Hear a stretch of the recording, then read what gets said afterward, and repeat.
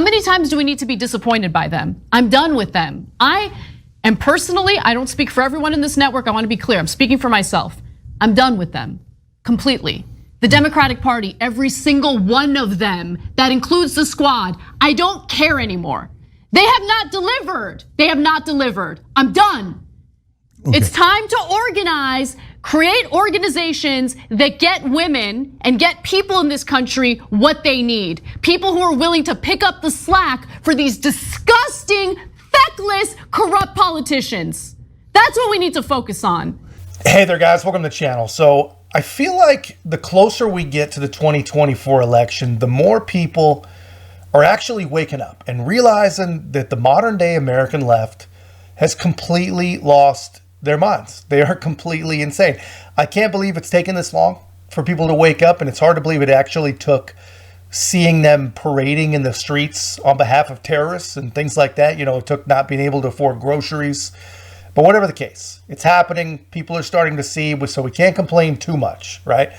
And the amazing part, you know, it's really happening pretty organically. It's not happening because of, you know, the media or whatever. It's just happening and it's all happening for different reasons. Hispanics, they're starting to realize that they don't like socialism. A lot of them have a history with socialism, and they know it's a bad idea. They know it doesn't work. The African American community, a lot of them are realizing that this party of equity, it's turning out it's really a party of racist policies that have kept them down and policies that will always keep them down unless those policies changed. And, you know, everyone is realizing that if the Democrats aren't talking about Donald Trump, then they really aren't talking about anything.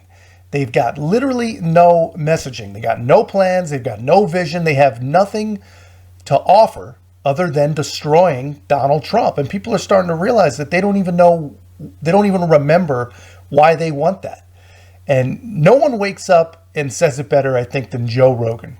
Yeah, but I'm sure the Democratic Party is just like calculating how they have to be. How big is this, and what's the thing? I think they have no cards, and they're looking at this game, and I don't know. I think they're depending upon party loyalty, and they're depending upon Trump getting convicted and arrested. I mean, and imprisoned rather. I don't know if that's going to happen. I don't think it is. It doesn't seem to. It just seems like it's a bunch of trumped up charges. No pun intended. Yeah, I mean, I'm not a political commentator. I'm not an expert. It does seem like really like, why are they going after him so hard right now when they could have done it? You know, like the hotel thing or the valuation of the property from 20 years ago. It's bananas. Right. The valuation of the property is so obvious, so off what it should be. $18 million for Mar-a-Lago. I'd buy it immediately. If that shit was $18 million and you were the only one that was able to buy it, you'd be a fool not to scoop it up because you could sell it right away. You could get a loan and you could sell that bitch right away for who knows how much. I mean, I think Forbes valued it. I think it was like well over $700 million. Wow. And Trump thinks it's worth over $1 billion. And he might be right. That's what's crazy. It's a giant piece of property in one of the most valuable pieces of land in all of America. I mean, a house next to him, down the street, a much smaller place, sold for $50. Yeah, so it doesn't make sense. It doesn't make it does make sense if you want to look at banana republic tactics. I mean, when you're imprisoning and trying to convict your political opponents, which is the problem with that is, even if you think Donald Trump is a crook, even if you think that he should be arrested, this sets a precedent for future presidents. If we get someone who is not just Donald Trump, who has a lot of people in the center that say, hey, his economic policies were effective, his foreign policies were effective, even if I think he's a jerk, maybe that would be better to have a jerk run the country in a way that's better overall than what's being done right now. Even if you looked at that, what if someone further right than him steps in? What if a war breaks out? What if things get even crazier? What if nationalism really upticks? Then you have someone who is now in power that is far right, like has happened all over the world.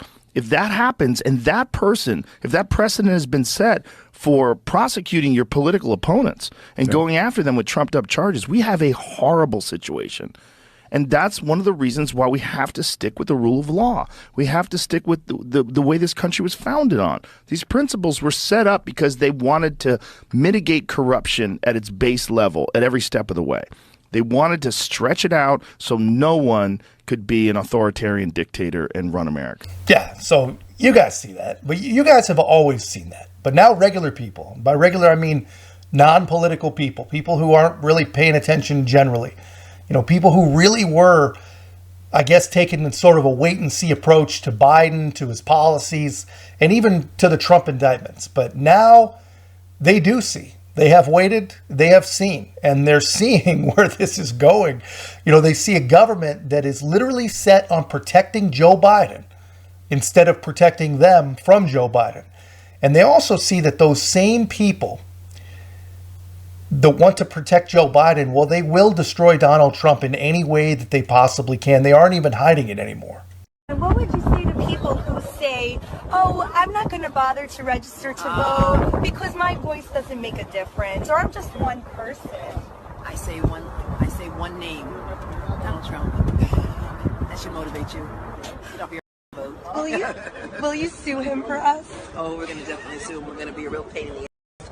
He's going to know my name personally. I love it. So here's what people wonder when they see things like this, right? They wonder why, if the guy is so bad, if the guy really is this existential threat to American survival that they've been told he is, if he really is the most evil, most corrupt, most criminal mastermind that has ever sought the presidency, that's what they've been told. And they're wondering, if that's true, then how is it possible that your smoking gun is the valuation of his properties? And Joe Rogan's right. Like, what the hell are we even talking about? How is that even in the top 10 of evil things the man has done? And if it is in the top 10, then maybe he's not quite the evil that you've told us he is. Joe Rogan, he's absolutely right. The Democrats, now more than ever, they are depending on party loyalty. They need those insane vote blue, no matter who type people to bail them out and let them keep their power. But it really looks like that group is shrinking. That group is shrinking pretty fast, and they really are turning into their own version of a cult, which of course is hilarious on a million different levels. But anyway, guys, that's just my take. I thought you'd appreciate seeing what Rogan had to say. Let me know your thoughts in the comments, and if you haven't already, like, comment, subscribe, most importantly, share the channel. We'll see you in the next one.